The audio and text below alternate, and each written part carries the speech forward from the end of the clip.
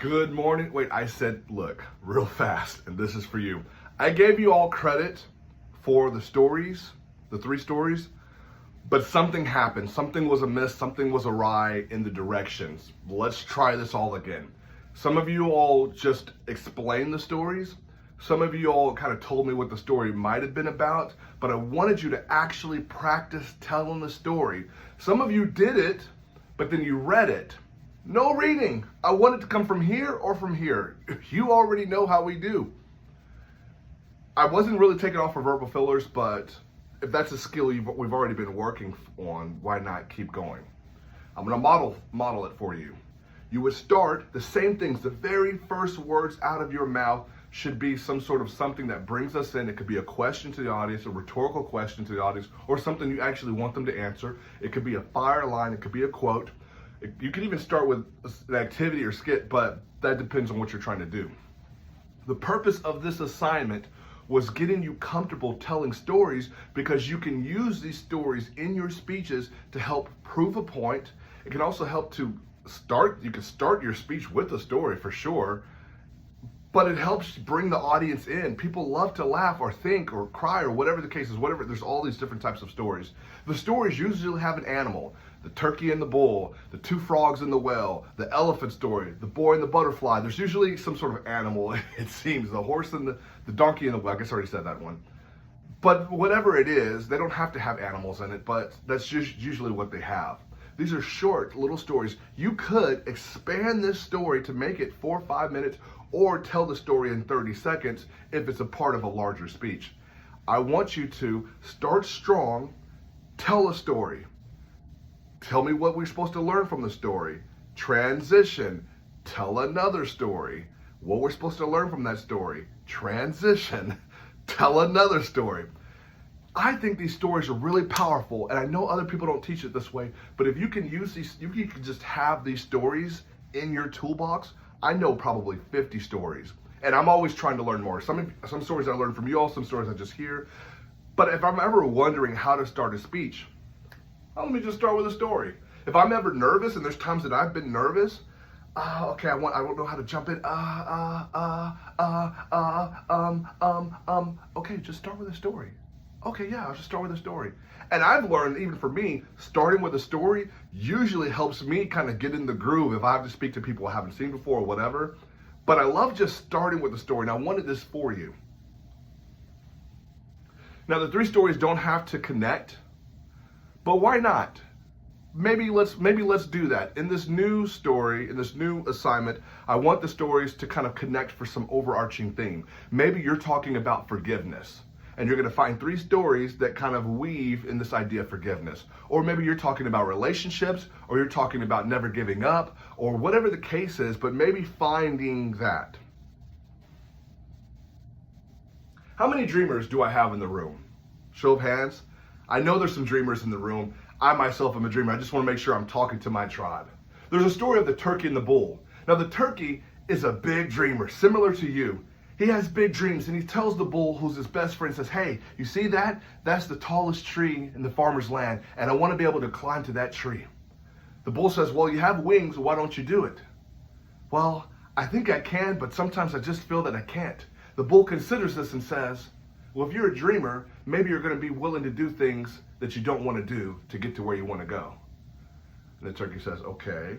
The bull says, well, I've seen humans eat people such as myself, cows, for consumption, and they get stronger. Maybe there's protein in it, but I don't want you to eat me because we're best friends. Maybe if you eat my manure, my dung, it'll get you stronger. And the turkey says, you want me to do what?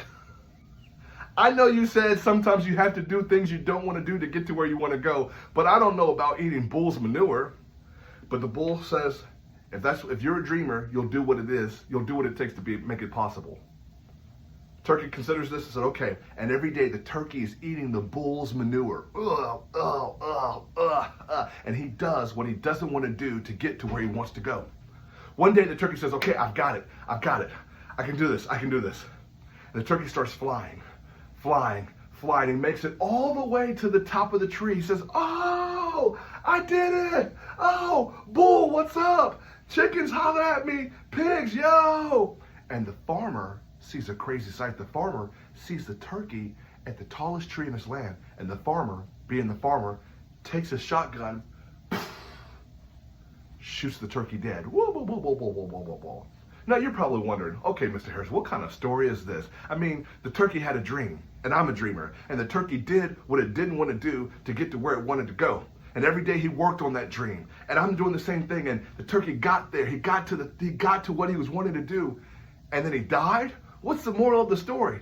The story is easy. Bull crap will get you to the top, but it won't keep you there. Friends, I don't know what you're dreaming on, but dreaming is not the same as achieving, and it's going to take real work. If you are a dreamer, it starts with a dream. Everything you see started with an idea. The iPhone, the computer, sunglasses, clothing, it all started with an idea. It was a dream that became true, but somebody had to work on it. And bullcrap will get you to the top, but it will not keep you there. You're going to have to do some real work. It reminds me of another story of two students who had big dreams, something they wanted to accomplish. They're climbing up this mountain, Palo Alto College Mountain, and it's tall, it's high, and it's windy, and it's rugged. The students are just exhausted, and they've been climbing for days, and days turned into almost a week. I mean, it is just this high mountain. And one day, the angel of the mountain comes along and says, I will grant you both one wish, whatever your heart desires. First student says, I just wish for this mountain to be gone. The angel says, you've got your wish. Poof, the mountain disappears. And the student falls to his death. Poof. The angel says to the next student, what is your wish? Something that your heart desires. The student looked down and considered what happened to the former student, says, I don't know. And then, in a moment of despair, the student looks up. In a moment of defeat, in a moment of being downtrodden, the student looks up. And the student says, I wish for the strength to keep going. And the angel says, your wish has come true. Friends, many people want their mountain, their hardships, their situations, their struggles to disappear. But that is not what it means to be a true dreamer. If you're really dreaming, you're saying, how can I make this thing possible? How can I be possible? Even in a storm, even in uncertainty, how can I make it still happen? Do you wish for the mountain to disappear, or the mountain in your life, whatever it is, do you wish for the strength to keep going? Don't miss this. Even in that uncertainty, he felt defeated. He didn't look down, he looked up. What are you looking up to? I want to leave you this final idea. There's a story of a lost farmer. He's traveling, he's just exploring the countryside, and he gets lost in the forest. And the farmer, traveler, stumbles upon an apple tree. He thinks it's very peculiar to find an apple tree in the middle of this great forest. Where did this apple tree come from? Who planted it? But he hadn't eaten in several days. He was famished. He thought nothing of it, took apples from the tree, eating apples, eat several apples. Then he goes about his way. The tree was not happy about this, but the tree thought, hey, it's just one person. I'm not going to say anything about it. Also, in this story, the tree can talk. Several days later, the same person, the same lost farmer, the same lost traveler comes back with 12 other travelers and says, look, y'all, this is the apple tree that saved me in my time of need. And they're all famished, and they run to the apple tree and start eating the apples. Now the tree is furious. He has had it. He says, okay, enough. Last time you guys came here by yourself and you ate my oranges, and I didn't say anything about you eating my oranges, and I don't want people eating my oranges. And now you brought all these people and they've eaten my oranges, and I don't want people eating my oranges. And the traveler says, wait, what? Oranges? There's no oranges here. You're an apple tree. And the tree says, well, I'm trying to produce oranges. I want to produce oranges. And the travelers say, no, we know you by the fruit you bear. We look at the fruit you produce, and that's how we know who you are. Friends, what are you producing? What are you producing in your life? Why do people come to you? That's how you'll know what you produce. If people only come to you for gossip and mess and drama, that's how you know the fruit you produce. If people come to you for inspiration and positivity and guidance, now you can look at the fruit you produce, and now that's how you know who you are. You're not a failure because you failed. You're a failure because you keep producing anxiety. You keep producing excuses. You keep producing rumors and despair and drama. That's what if you keep producing it, that's who you are, and people will know who you are based on the fruit you produce. Friends, if you are a dreamer, keep dreaming. But that dream is going to take work.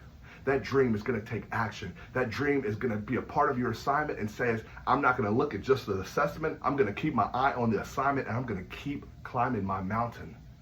And I'm going to produce success because that's what's inside. Does that make sense? Do you see, guys, do you see what we're doing here?